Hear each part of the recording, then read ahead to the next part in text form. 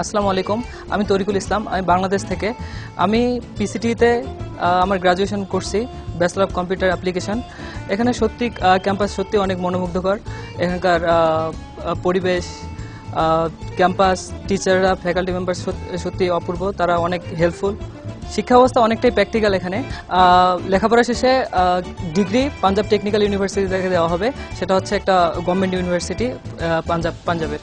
এখানে সকল প্রকার সুবিধাই রয়েছে, জিম, খেলাধুলা, লাইব্রেরি অ্যান্ড হোস্টেল।